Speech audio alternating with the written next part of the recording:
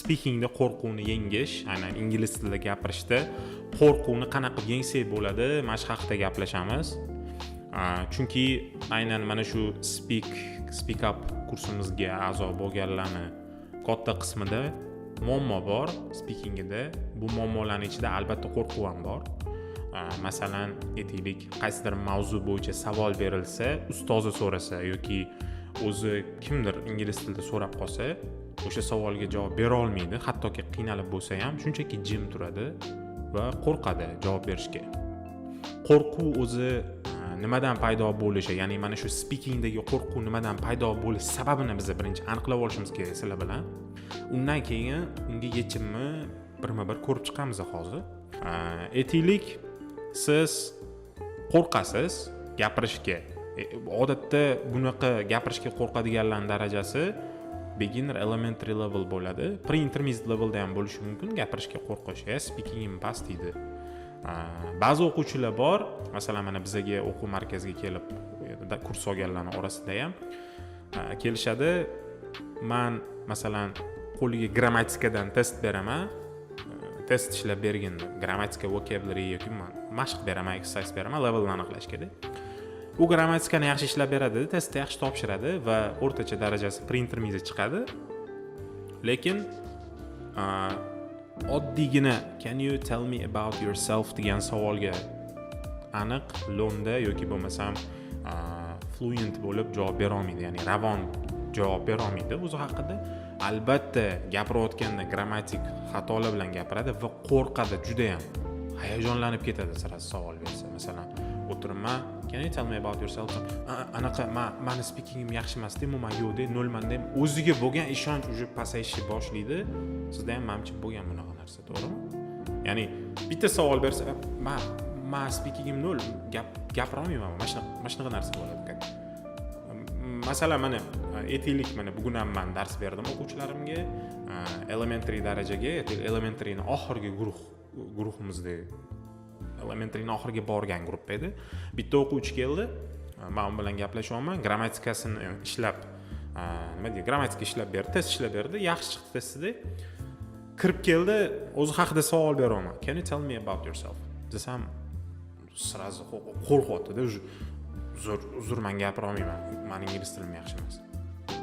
Lekin aytaylik test ishlasa, testda normalniy chiqyapti, ya'ni o'zi ishlagan testdagi javoblari speakingda ishlatsa bo'ladigan grammatika mavzulardan to'g'ri ishlagan, misol uchun.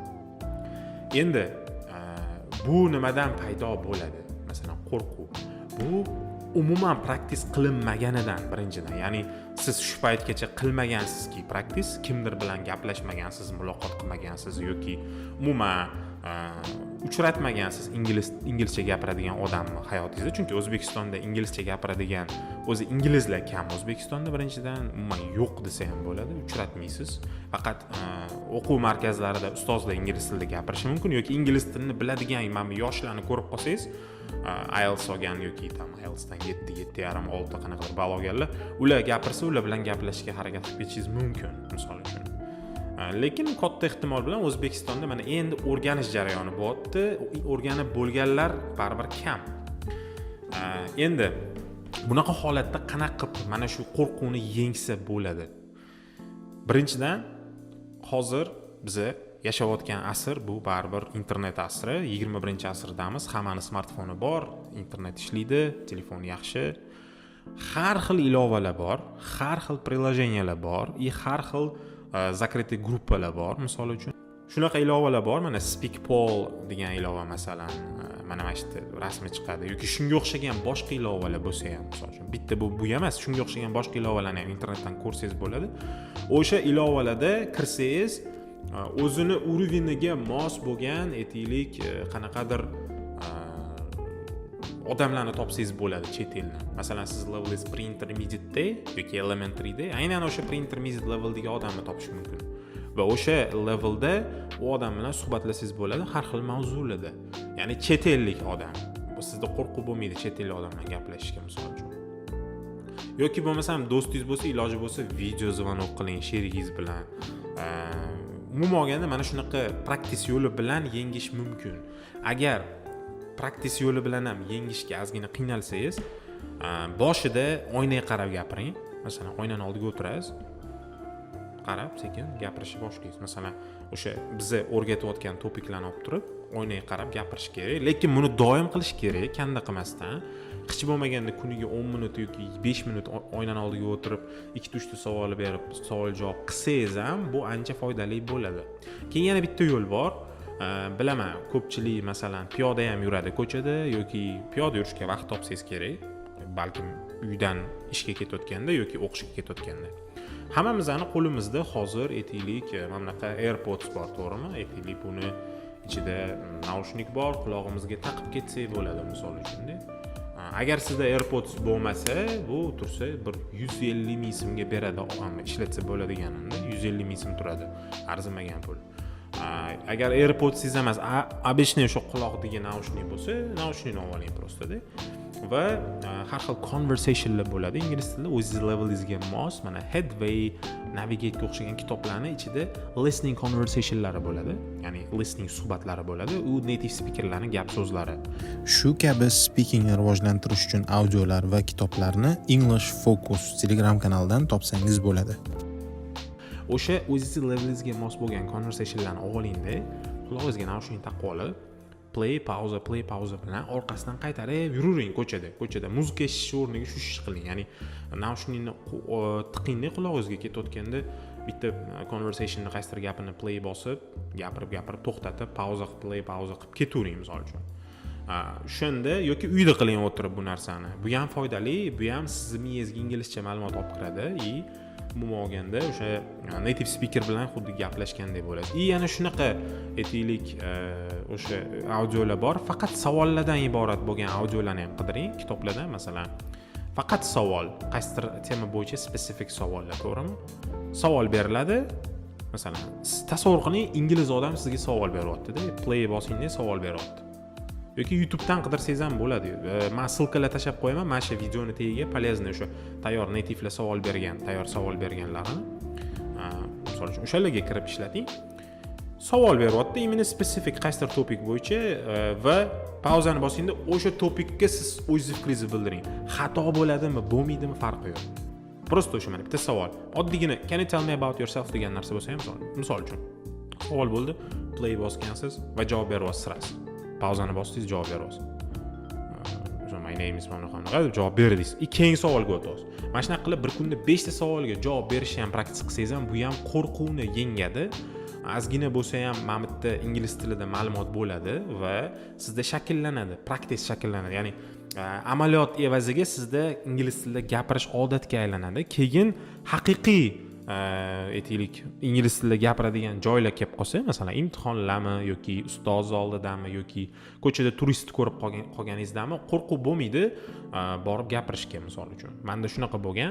Boshida misol uchun oldin kollejda o'qib yurgan paytimda malayziyalik ikkita turist kelib qolgan, so'ragan mendan, misol uchun balon joyga qanaqa o'zi anaqada turibdi, aytaylik Singapurskiy universitetini bilsanglar kerak, Singapur universiteti Chilonzorda. O'sha yerda ostanovkada turganimda ikkita malayziyalik kelib qolgan. Qanaqa bizni Chilonzor metroga yetib olsak bo'ladi deyapti-da, so'rayapti. Ammo hali u paytda endi ingliz tilini o'rganishni boshlagan bolaman-da. Va men javob bera olmayapman o'shani savoliga. 2014-yilmi bo'layotgan narsa, 2013-14. Savol beryapti, men I'm sorry, I don't know deyman. Mashina bilaman faqatda. I'm sorry, I don't know deyman-da. Qo'lim bilan mana bunaqa ko'rsatyapman. Qo'rqyapman o'sha malayziyalik ikkita turist kelib gapirganda-da. O'shanda menda o'sha ko'rib, voy, mana turist mana ingliz kelib so'rayapti mendan, men bilmayapman deb, demak ingliz tilini yana ham chuqurroq o'rganishim kerak degan fikrlar o'sha paytda ham paydo bo'lganda. O'sha paytda praktik qilgim kelgan turistlarni keyinchalik mana Malayziyadan keyin boshqa turistlarni ko'radigan bo'lsam, o'zim oldiga borib gapirishga harakat qilardim. Misol uchun, hello, how are you? Where are you from? Aytaman, how long have you been living here? Misol uchun, qanchadan beri yashayapsan bu yoqda? Nimalar qilyapsan? Qayerga bording misol uchun? Nima qilmoqchisan? Nimaga kelding O'zbekistonga? Shunga o'xshagan savollarni berishga harakat qilardim turist ko'rib qolsam oldiga borib. Bu menga qanaqadir qo'rquvimni yengishga ham yordam bergan misol uchun-da. Turist oldiga borib gapirish. Mana shu narsani ham qilib ko'ringlar. Yana bitta narsa, bu so'zlar bilan bog'liq, ya'ni vocabulary bilan. passive active vocabulary bor, bilsangiz kerak. Active vocabulary bu o'sha siz doim ishlatib yuradigan speakingizda qo'rqmasdan o'sha eng ko'p ishlatadigan so'zlaringiz bu active vocabularylar hisoblanadi, ya'ni aktiv so'z boyligingiz. Passive vocabulary bu ishlatmaydiganlaringiz va aytadigan bo'lsam, siz qilishingiz kerak bo'lgan narsa o'sha active vocabularyingiz miqdorini ko'paytirish va turli xil mavzularda maxsus so'zlarni topib, masalan, familyga oid so'z mana tashadik kanalda bor, aytaylik, kursda bor. Yoki hometownga oidmi, hometownga oid phrase so'zlar tashlayapmiz. Mana shu narsani o'sha tashalgan so'zda, tashalgan phraselarni speakingda ishlatish kerak. Specific topicga specific vocabulary ishlatishingiz kerak. Ya'ni maxsus topik bo'lsa, o'sha maxsus topikka oid vocabulary ishlating. Meni tavsiyam bu. Va undan tashqari aytaylik, o'sha topiklarni yuzasidan paragraf yozasangiz bo'ladi. Masalan, hometownni o'rgandingiz, familyni o'rgandingiz, about yourself o'rgandingiz, to'g'rimi? O'sha topiklar yuzasidan katta paragraflar yozish kerak. Masalan, bitta paragraf 4-5 qatorli. O'sha yodlagan so'zlaringizni ishlatibdi, uni speakingda ishlatish kerak. Masalan, o'sha tasavvur qiling, yana bitta praktis bor. Paragraf yozganingizdan keyin, mana masalan, so'z yodladingiz, active vocabulary kirg'izish uchun, aytaylik, uning uchun bitta qo'lingizga bloknot oling, bloknotga active vocabularyni yozing va paragraf yozing o'sha vocabulary bo'yicha. Masalan, 5 ta vocabulary yodladingiz, o'sha 5 ta vocabularyni aytaylik 8 ta gap ichida ishlating, paragraf ichida, kontekst ichida ishlating. Kontekst ichida ishlatganingizdan keyin o'sha kontekstni yozib bo'lganingizdan keyin kitobni yopib, daftarga qaramasdan, to'g'ri daftarga qaramasdan gapirishga harakat qiling. Mana shunda daftarga qaramasdan gapirish sizda odat bo'ladi va o'sha tema bo'yicha yozgan fikrlaringiz sizning miyangizda paydo bo'ladi. Uni gapirishga harakat qilasiz. Bu ham kontekstdan qarab, nima deydi, qo'rquvni yengishga yordam beradi. Plus yana diktafon ishlating. Maslahatim, diktafon ishlating. Men har doim diktafon ishlatinglar deyman. Gapirayotganingizda diktafon ishlating, o'zingiz xatolaringizni to'g'rilashga. Bu baribir muhim, juda ham. Bu diktafon ishlatsangiz, shunda baribir xatolaringizni ko'rib olasiz, qayta eshitib, grammatik xato bormi yo'qmi tekshirsangiz bo'ladi o'zingiz. Shunaqa rezultat yaxshi bo'ladi. Ya'ni xulosa shundan iborat, praktik qilish kerak ko'proq. Iloji boricha ko'proq. Agar vaqtingiz kam bo'lsa, doimiy uzluksiz qilish kerak. 10 minutdan har kuni bo'lsa ham, hech bo'lmasa. Именно mana shu passive vocabularyingizni aktivga o'tkazish haqida ham o'ylang. Speakingingiz ichiga ko'proq vocabulary kirgizishingiz kerak. Ko'proq speaking ichiga vocabulary kirgizish uchun spesifik topiklarni ko'proq qaytarish kerak. Kundalik hayotingizda ko'proq qaysi mavzularda o'zbek tilida gaplashasiz, o'shani ham ro'yxatini tuzing va o'sha o'zbek tilingizda o'zingiz dunyoqarashingiz, fikrlashingizdan kelib chiqib, qaysi mavzularda ko'p gapiradigan bo'lsangiz, xuddi o'sha mavzularni ingliz tilida gapirishga ham harakat qiling. Bu ham yana bitta maslahat.